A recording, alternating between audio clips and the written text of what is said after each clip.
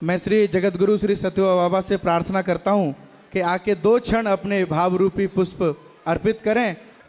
नमः पार्वती पते।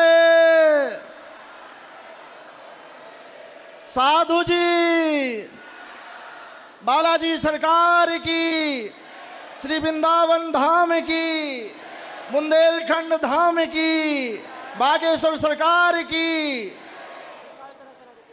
आज का दिन इस बुंदेलखंड नहीं, पूरे विश्व के सनातन के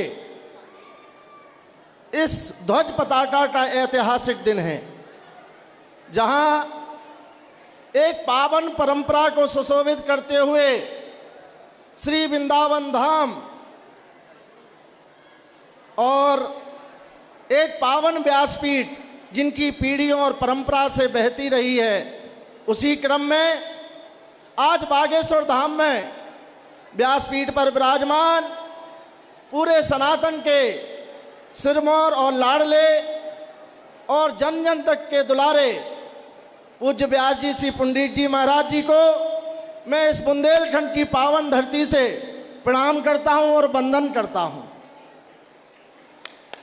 यह बुंदेलखंड श्रद्धा और विश्वास का अपार सागर है और जिसका आपने दर्शन इस पावन धाम बागेश्वर में किया है। यह देखें, एक गांव था, लेकिन एक दादा गुरु की कृपा और परम पूज्य सन्यासी बाबा की कृपा से यह धाम अपने आप में एक कूप बन गया है और जिस कूप के छाया से, जिस कूप के जल से अनेक परेशानियां दूर हो जाती हैं।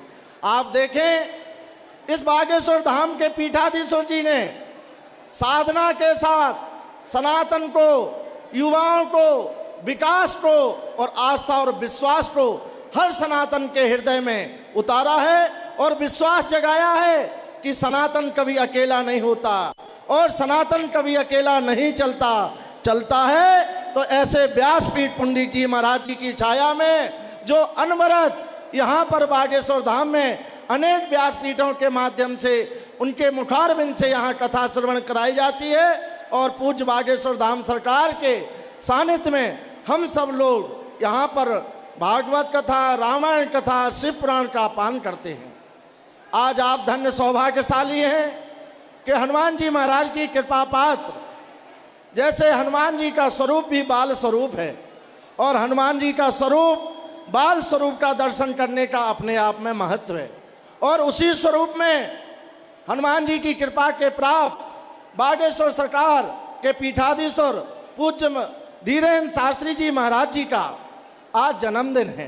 तो हमें नहीं लगता है कि यह जन्मदिन केवल बुंदेलखंड के लिए है, यह जन्मदिन पूरे विश्व के लिए है, क्योंकि ये सनातन का दीपक है और इस दीपक में उसकी प्रकाश की लौ जो सनातन विरोधी हैं उनको मिटाएगी और निश्चित इनकी पदयात्रा हो, चाहे ध्वनि यात्रा हो, चाहे गर्जना हो, निश्चित बागेश्वर धाम सरकार की एक आवाज को पूरा युवा सुनता है और अपने जीवन में उतारता है।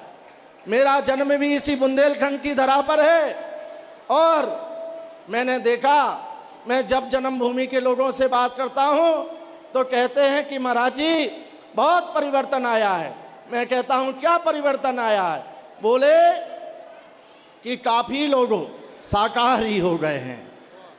मुझे लगा कि ये सबसे बड़ी क्रांति है और वो क्रांति क्या है? जो दूसरे के जीव में भगवान का वास नहीं देखे और उसको खाए, ऐसे लोगों को हम सनातनी कैसे स्वीकार करेंगे? लेकिन धन्य है बागेश्वर धाम सरकार, जहां आप देखें आचार्य जैन समाज के परम आचार्य विद्यासागर जी महाराज जी ने अनेक बुंदेलखंड में जैन समाज को स्थापित किया, बल दिया, लेकिन वो भी मांसाहार की तरफ विमुख हो गए थे। लेकिन बागेश्वर सरकार ने हमेशा जैन समाज से लेकर हर समुदाय को एक शाकाहार की तरफ जोड़ा है और आज उसकी क्रांति जन जन तक है।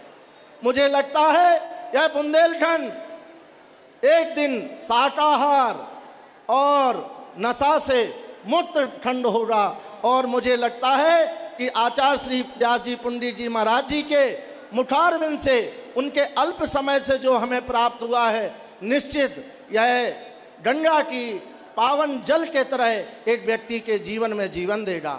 मैं पुनः काशी विश्वनाथ जी के पावन धरती से, काशी वासियों की तरफ से और संपूर्ण पूर्वांचल की तरफ से, संपूर्ण बुंदेलखंड की तरफ से, और मैं आज आचार्य श्री पंडित श्री धीरेन्द्र शास्त्री जी महाराज जी के जन्मोत्सव पर हृदय से अभिनंदन करता हूँ, स्वागत करता हूँ और उनको प्रार्थना करता हूँ बाबा विश्वनाथ जी से कि मुझे लगता है कि जैसे गोस्वामी जी ने बाबा विश्वनाथ जी शिवलिंग में कहा था, विश्वनाथ मम नाथ पुरारी त्रिभुवन महिमा विदित तुम्हारी, और सबका सार विश्वनाथ जी ज्योतिर्लिंग में तेज भर दिया था। इसी प्रकार हमारे सनातन के सारे युवाओं का ताकत और जोश बागेश्वर धाम के पीठाधीश्वर में समाहित हो और उनकी आवाज में पूरा युवा और हर सनातनी एक आवाज में साथ चले।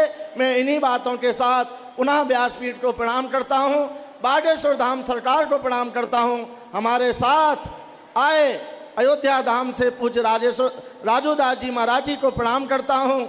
अभी आपने देखा श्री वृंदावन धाम से अनेक व्यासपीठ को सुशोभित करते हुए हमारे पूज्य आचार्य श्री व्यास जी पधारे, जिन्होंने पावन सुंदर कांड का यहाँ पाठ किया। निश्चित ही ठाकुर वृंदावन और राम और कृष्ण कोई इस बागेश्वर धाम से दूर नहीं, सारे धामों का धाम बागेश्वर धाम है।